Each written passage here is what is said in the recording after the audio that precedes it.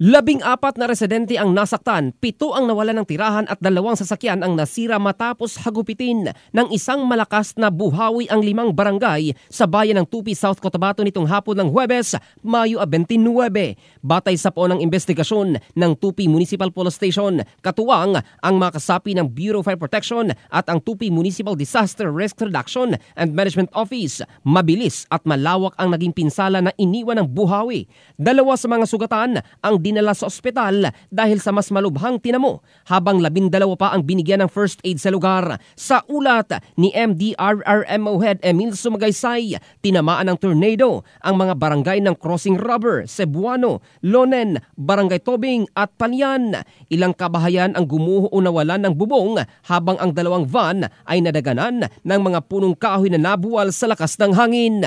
Bukod sa mga ari-arian, malawak na sakahan rin ang nasira, kabilang ang mga pananim na short-term crops tulad ng mais at gulay at ilang bahagi ng taniman ng pinya na pangunahing produkto sa lugar. Tinatayang aabot sa hekta-hektaryang lawak ng lupaing agrikultural ang apektado, bagamat inaalam pa ang kabuang halaga ng pinsala.